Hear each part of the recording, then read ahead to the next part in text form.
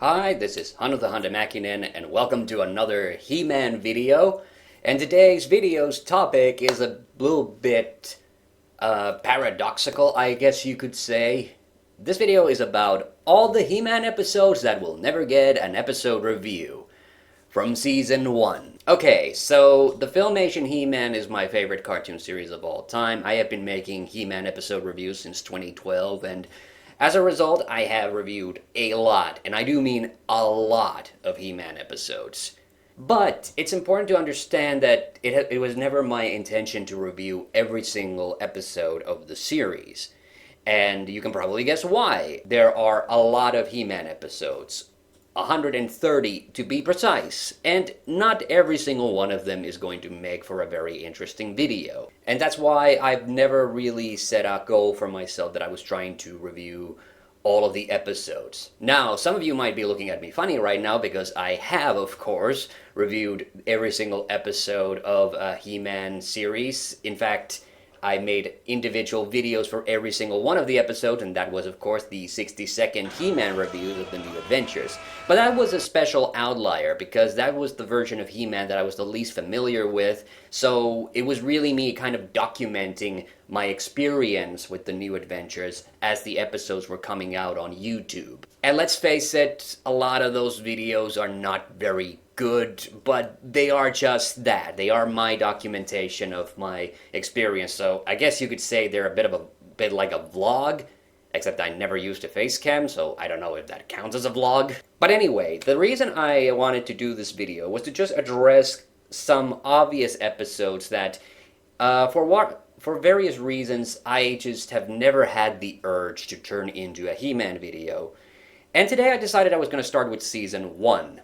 I may do a video like this on Season 2 later down the line, but I'm starting with Season 1 today and focusing entirely on Season 1 because, well, I've watched Season 1 of He-Man way more than Season 2.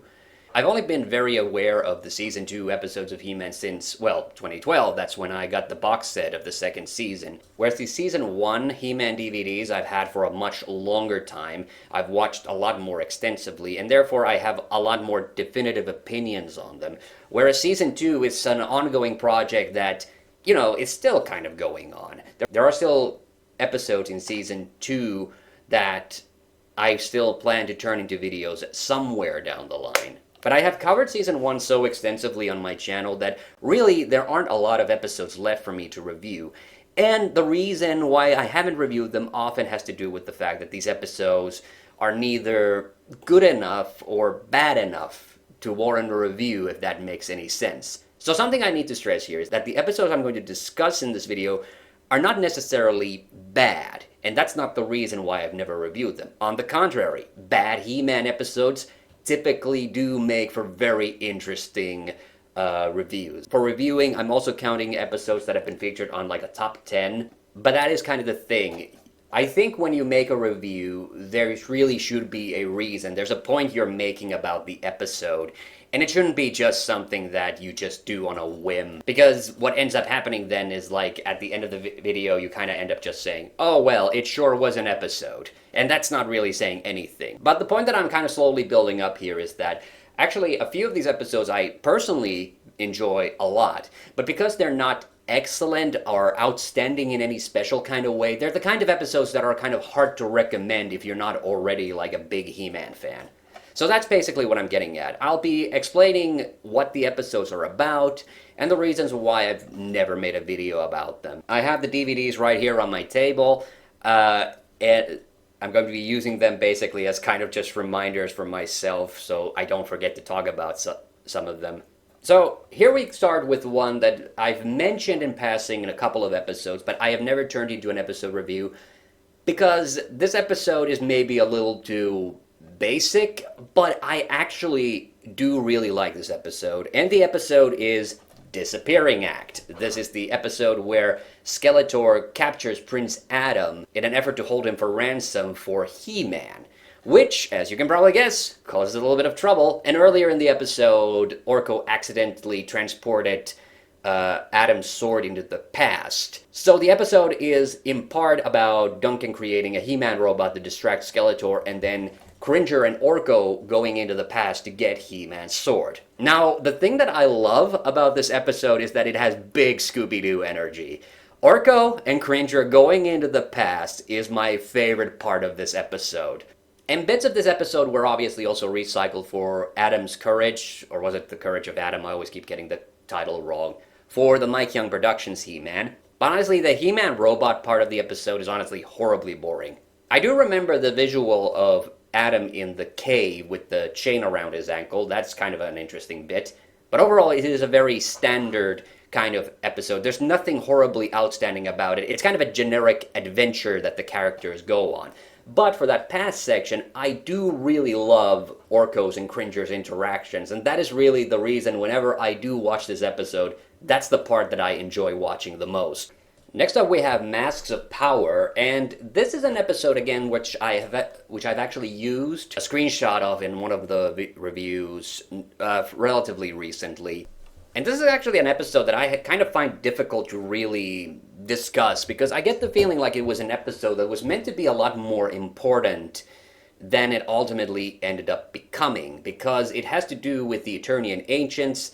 It has these two random one-off characters who decide to serve Skeletor, and they decide to help him get one up on He-Man by getting the Masks of Power, but they end up getting possessed by Eternian Ancients. There's a lot of He lore in this episode that gets referenced, but the problem is that none of it is very concrete, and almost none of it becomes relevant in any later episode. They, for instance, represent this weird new sword that fuses with He-Man's sword, and that moment is presented as being somewhat important, but it never really pans out to anything.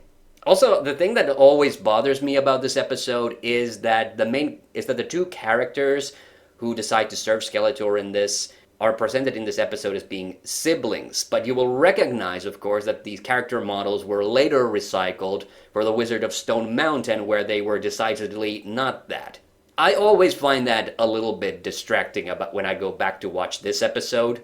The one thing that I do like about it, however, is the same thing as with the Disappearing Act, which is that it's another episode where a bunch of the random characters are just going on a little mini adventure, and in this case it's Adam, Duncan, and Orko going into the ancient temple. And that really is my favorite part of the episode. The Eternian Ancients really just aren't very interesting characters. They're just a pair of old dudes. Well, an old dude and a lady who then just momentarily possess the main characters. Next up is another episode that I've talked about fairly often, but I have never really bothered making a review of, which is the episode The Search. The Search is the second appearance of Zodak the Cosmic Guardian, who debuted originally in The Quest for He-Man, which I have featured quite heavily. Now, I like the idea of The Search, but I have always found the execution of the episode really bafflingly bad.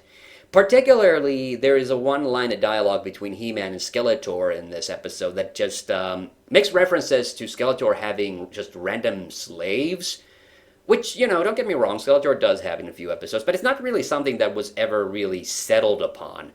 And He-Man also, I think, refers to Skeletor's henchmen in a very impersonal way, which to me just kind of indicates that the screenwriter weirdly didn't really treat the He-Man characters with any level of familiarity.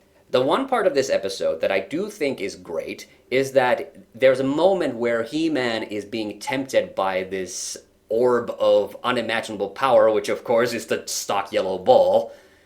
And that part always kind of cracks me up. But it is a story idea that could have worked if the execution was a little bit better, and also if maybe the script was a little bit better as well. I don't know, I always have very mixed feelings on it because I don't really want to shit on the episode because Zodak is a character who I think was not very well used in most He-Man episodes. Like, I love his first debut appearance in The Quest for He-Man, but he's literally only in one scene.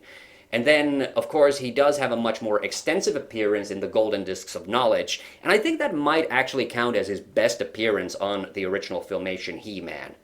The Search kind of lands in this awkward position where Zodak is the catalyst for the episode's plot, but ultimately the episode kind of feels very meaningless. And that's kind of the problem. There's not like an easy angle for me to go into this episode.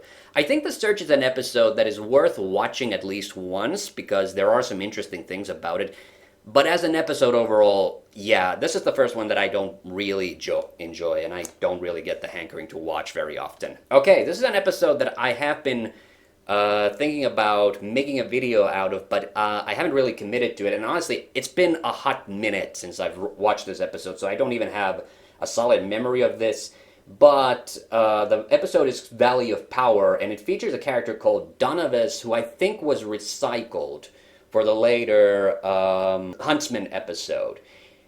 And it has a kind of similar theme. Donovan, I think, steals like some big bird creature's egg in this episode. I don't know, it's a kind of a meaningless little one-offy plot episode, and that's the reason why I've never really thought about it. I think I have to rewatch the episode. Honestly, it has been such a long time, I'm hard-pressed to think of any details from the episode. It says here that Adam and his friends are exploring the Valley of Power in search of some mythical waters.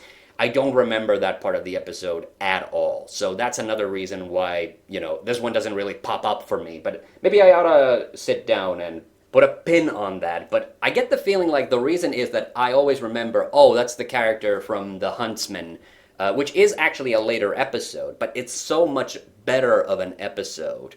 You know, I have to assume this episode isn't very good, and that's partly the reason why I've never reviewed it. But it's the next one that really gets me. It's Trouble in Arcadia, where Tila and Adam end up in Arcadia, which is a city controlled by women where all the men are forced to work in the mines. I don't like these kinds of plot setups. I mean, I get where the concept is coming from. It's kind of like an old staple, what if women rule the world versus the men? I don't personally think that a fantasy show like He-Man needs to really think about gender roles in that kind of way. Especially because on He-Man, the women are just as capable as the men. And also, I don't think Trouble in Arcadia just handles the theme very well. It's one of those episodes that gets very cringy very quickly. I don't know, this one could be fun for just how bad it is, but I never really felt comfortable really reviewing it because I have a hard time getting through the episode. Because ultimately, you know, the message is just, yeah, men and women should work together. Duh. Well, you know, He-Man is a kid's show, and sometimes the messages are a little on the nose, and I think that's really the problem with the Trouble in Arcadia as an episode. We are flying by these. We only have a couple of episodes left that I haven't actually reviewed. So first of all, Keeper of the Ancient Ruins. I think this one's pretty obvious why I've never reviewed this, because it's Man-at-Arms and Professor Smollins getting trapped in an ancient ruin by a bunch of robots. This episode I can't take seriously. First of all, because Professor Smollins is like one of the weirdo, least memorable recurring characters on the show. He's so unmemorable that I think they miscolored him in like a season 2 episode. And also the robots are not really represented as a big threat or anything. In fact, you know, that's kind of the point of the episode. It turns out the robots are attacking Man-at-Arms and Professor Smollins because they believe they're stealing something from the temple. But it all just turns out to be a big misunderstanding, and Man-at-Arms then fixing one of the robots, I think at least partly resolved the situation. I don't fully remember anymore. It's an episode, again, that I have a hard time kind of getting through. It's just, there's nothing really super appealing about it, and, you know, I don't really get the hankering to watch it very often. Alright, but the final episode that I'm going to talk about for this video, about He-Man episodes that I'm never going to make a video out of, this one, actually, I'm going to put a pin on, because I have considered this multiple times. It was a smart guy who once said that never say never, because this one, I think, is the strongest candidate out of all the episodes today that I might actually make a full-fledged He-Man video out of at some point. And that episode is The City Beneath the Sea. This is one of the big Merman episodes during Season 1. And basically, Merman has taken over an entire underwater city in this episode. It's kind of a very straightforward He-Man adventure episode, but I do like the idea that we're represented, that there being an entire species of merman. So merman isn't like just a one-off weirdo on Eternia. There are, of course, some kind of funny highlights of this, and that actually is the reason why I want to talk about it. I have featured a clip of this, I think, in the weird He-Man powers video, when He-Man is spinning the outer rim of the city around to counteract a whirlpool. That's like the big action finale moment. And there is another thing that cracks me up about this episode, is that the princess of the underwater kingdom is literally just Celise with green skin. That seems so lazy to me, but considering that Celise gets like recycled also in the Ordeal in the Darklands, and they didn't even change her character model at all, this one feels like, you know, they made like the minimum amount of effort to change the character model for a recycled character, and that always kind of cracks me up about it. I do have to give this one a solid like rewatch again, and I've kind of tried to slowly work my way towards reviewing it. People know that I have a little bit of a love-hate relationship with Merman, but I do think that I should really just give this one. It might not be like a super long. It might turn into one of those like 2 to 3 minute He-Man episode reviews. But you know what? I actually do occasionally like watching this one because I think it's kind of silly. So, like I said, never say never. That one might actually end up becoming a real review video at some point. All right, but that does it for season 1. And maybe I'll do a follow-up on season 2. Who knows? But until next time, I have the power, so can you.